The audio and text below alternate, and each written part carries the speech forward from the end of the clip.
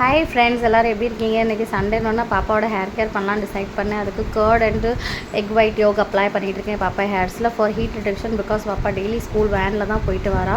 இன்றைக்கி அவங்களுக்கு பிரேக்ஃபாஸ்ட்டுக்கு வந்து chapati and masala egg scramble பண்ணலான்னு டிசைட் பண்ணேன். Very simple and easy dish. பாப்பாவுக்கு இது ரொம்ப பிடிக்கும்.